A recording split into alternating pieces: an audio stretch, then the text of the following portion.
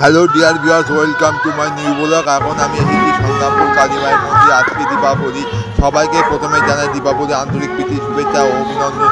দেখতেই পাচ্ছেন যে একটা সকালবেলা থেকে আমি এখানে এসেছি পুজো দিতে। দেখুন কত সুন্দর, সত্যিকারের কথা বলতে এই যে ঠাকুর দেবতার পুজো দেওয়া একটা মনে একটা অদ্ভুত একটা অনুভূতি।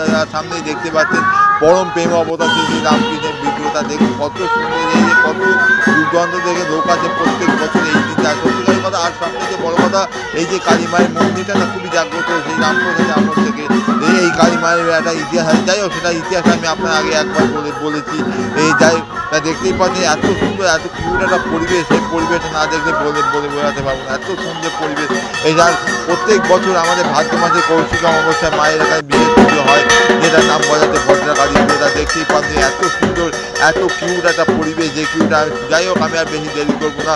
মায়ের মন্দিরের পাশে যে বাবার বিগ্রহটা আছে, সেই বাবার বিগ্রহটা দিকে নিয়ে যাবো না। দেখুন কত সুন্দর, এই যে দেখতে পাচ্ছেন সত্যিকার কথা, এই যে শিবের মূর্তি দেখুন কত সুন্দর। দেখুন এত আমি আজকে সকাল সকাল এসেছি এখানে মন্দিরে পুজো দিতে। দেখুন কত সুন্দর, এই যে বাবার বিগ্রহ দেখুন।